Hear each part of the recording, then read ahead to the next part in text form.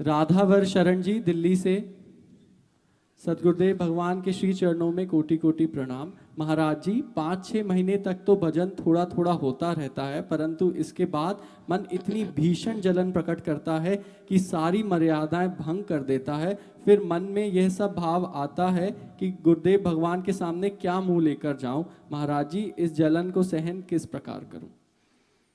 नहीं, जलन किस तरह की होती है, मतलब उसका क्या स्वरूप होता है जलन का? महाराज जी, फिर विपरीत भावना आनी शुरू हो जाती है। मतलब मन करता है कि भजन बंद कर दो बस। और हाँ, मन तो बहुत कृपालु है। तो भजन और बढ़ाओ। जब मन कहे कि बंद कर दो तो कहो ठीक है, और बढ़ाओ, रोज एक माला और बढ़ाओ। देखते हैं विजय किसकी होती है, उसकी नकारात्मक सोच की या भगवान नाम की। ये मरने से डरता है और आनंद की अनुभूति तभी होती जब ये मरता है। मन मरने का तात्पर्य इच्छा रहित हो जाना, वासना रहित हो जाना। भोगों की इच्छा और वासना से रहित मन परमानंद का अनुभव करता है। तो मन मार्या तन बस में कीना हुआ भरम सब दूर। ये जो मन की तरंग आई बच्चा, इसे सह जाओ तो सहत सहत बाढ़ है भगति। गृह तन गुरु हित गार, गृह तन गुरु हित गार, हार अपनी करिमानत। अपने को हार जाओ, गुरुदेव की आज्ञा पर अपने को बेच दो कि कुछ भी हो मन, अब इस जन्म में गुरु आज्ञा का उल्लंघन नहीं कर सकता। तो जो उपासना करे उसको बढ़ना चाहिए, घटना नहीं चाहिए। आनंद मिले ना मिले, मन सपोर्ट दे ना दे, उसके विरुद्ध आप भजन करो। जैसे अच्छे कार्यों के विरुद्ध होकर हमें चलाता, हम उसको अभी तक सपोर्ट करते आए। जो जो इसने कहा हमने किया, लेकिन परिणाम क्या हुआ? अब जो जो गुरुदेव और शास्त्र कहेंगे वैसा करेंगे, मन सपोर्ट दे या ना दे। तो ये हमारे बिना कुछ कर नहीं सकता। इसकी सामर्थ्य नहीं कि हमारे विपरीत चल सके। थोड़ी देर उड़ान बढ़ेगा, अगर हम अपनी जगह स्थित रहे तो लौट के हमारे पास आ जाएगा और ये हमको सपोर्ट करने लगेगा। इसलिए हारिए मत, इस जलन को सहन कर जाइए और भजन बढ़ाइए। दुश्मन फसाव में फंस गया है, इसीलिए वो जलन पैदा कर रहा है, इसलिए घबराहट पैदा कर रहा है। तुम्हें हारने की जरूरत नहीं, और भजन बढ़ा दो और मार उसके ऊपर चलाओ, जिससे वो बिल्कुल निर्बल होकर के प्रभु के चरणों में लग जाए। मन मार्या तन बस में कीन्हा, मन ही मार तन हारि के वृंदावन में गाज। मन के बिना मारे इस मन के हारे हार है, मन के जीते जीत। इसको परास्त कर दो तो ये जीत जाएगा। बस निरंतर नाम जपने का अभ्यास करो। भजन छोड़ दोगे तो बच्चा किस काम के रह जाओगे। ये फंसाता है, बहुत दुर्गति कर।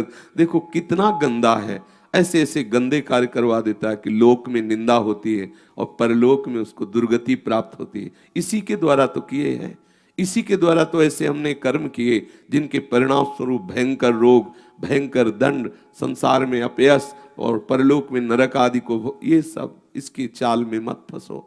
जो शास्त्र कह रहा है, जो गुरुदेव कह रहे हैं, उस बात पर चलो। यद्यपि ये विरोध करेगा, बहुत लंबी दूरी तक विरोध करेगा, पर आप निष्ठा में जपे रहे तो जो उपासना दी गई, जो मंत्र दिया कि हम जप करेंगे, हम ये पाठ करेंगे, हम ये सेवा करेंगे, फिर आप परिणाम में देखना बड़ा मोद। और यही मन है, देखो इस मन की पकड़ है। पहले ये कभी पूर्ण रूप से प्रभु में नहीं लग जाता, लेकिन जब ये लग जाता है तो हटना भी नहीं चाहता। जैसे आप लोग देख लीजिए, अगर ये 10 मिनट भजन करना स्वीकार कर लिया इसने, आपने इसको राजी कर लिया, तो उस 10 मिनट में जब कोई आपको टोकेगा, जब कोई काम बताएगा, जब कोई बात आएगी, तो आपका मन आपको जलाने लगेगा कि 10 मिनट तो मैं भजन करता हूं, क्यों यार 10 मिनट में हमें विक्षेप। राजी हो गया, 10 मिनट राजी हो गया। हम धीरे धीरे उसे फुसला के राजी कर ले। जैसे अड़ियल घोड़ा होता है ना, तो सवार उसको अपने अनुसार चलाता है। ये अड़ियल घोड़ा है मन, कहीं भी फंसा देगा, कहीं भी अड़ जाएगा। तो इसको ऐसी चाल फुसला के इसको भी फुसलाया जाता है। अब मन कह रहा है कि आज हमको अमुक पदार्थ चाहिए, तो अगर व्यवस्था है तो इसको करो जो धर्म युक्त हो। वही कह रहा है कि हमें गजक चाहिए, हाँ ठीक है, लाए तिल की गुड़ की जैसी मांग की, भोग लगाया और रख दिया। 5 माला जप लो भी पालो। अब वो लेगा, बार बार उचक के देखेगा कि 5 माला हो जाए, बस इसको चाल से फंसाना। ये हमें फंसा लिया है, अब हम इसको फंसाएंगे धीरे धीरे धीरे धीरे। धर्म युक्त इसे भोग दे के और धीरे धीरे प्रभु की तरफ बढ़ाएं तो हम इस पर विजय प्राप्त कर लेंगे। एकदम रोक लो तो फिर अड़ियल घोड़ा गिरा देगा, पक्का गिरा देगा। इसीलिए युक्ति से इसको बस में किया जाता है मन को, इसीलिए सदगुरुदेव का वर्णन किया जाता है धीरे से, बहुत संभाल के, क्योंकि सवारी यही है, इसी के द्वारा हमारी यात्रा होनी, मन से ही तो यात्रा होनी। अब वो बिगड़ के बैठ गया फिर क्या करेंगे? तो प्यार से, दुलार से, संभाल के, जितना जितना सहता जा रहा है उतना उतना कड़े से इसको बिल्कुल, उसको अगर 1 घंटा भजन का अभ्यास हो गया तो अगली बार वो कहे कि नहीं 40 मिनट भजन करेंगे तो गुंजाइश नहीं है। हाँ ठीक है, हम 65 मिनट नहीं करेंगे लेकिन 59 भी नहीं होने देंगे। ऐसे इसे वश में किया जाता है धीरे धीरे। 10 दिन के लिए हमने नियम लिया कि ये नहीं करेंगे, तो 9 दिन के बाद ये विचलित करेगा, हम नहीं होने, 10 दिन के बाद तुम्हें वो स्वीकार करने देंगे। इसको धीरे धीरे क्रमशः, इसकी ये बात तो माननी ही नहीं है कि वो कह दे भजन छोड़ दो, ऐसा नहीं। फिर वो तो ऐसी जगह ले जाएगा जहां से हमारा कभी उद्धार नहीं हो सकता। देखो कैसी कैसी घटनाएं होती है लोक व्यवहार में। देखो परम पूजनीय माता पिता का अपमान करना। एक ने बताया कि मुझे गुस्सा आ गया, अपने मम्मी को हमने चप्पल से पीटा, हमारे लिए क्या दंड है? तो उसने पूछा हमारे लिए क्या दंड हो सकता है, मैंने ऐसा किया क्या? अब तो हृदय जल जाता है। वो माँ जो वृद्ध हो गई है उसके तुम प्रतिकूल इतना हो गए, तो ये किसकी चाल? मनीराम की चाल है। यही मन पूजनी जनों का अपमान करवा देता है, यही मन पूजनी जनों को जहर दे देता है, यही मन ऐसे निंदनीय कार्य करवा देता है कि वो जेल में जाता है, सड़ता है, कितने कष्ट भोगने पड़ते हैं, थोड़ी सी जलन बर्दाश्त नहीं कर पा रहे हैं, और कितना दंड मिलता है एक छोटे से अपराध का।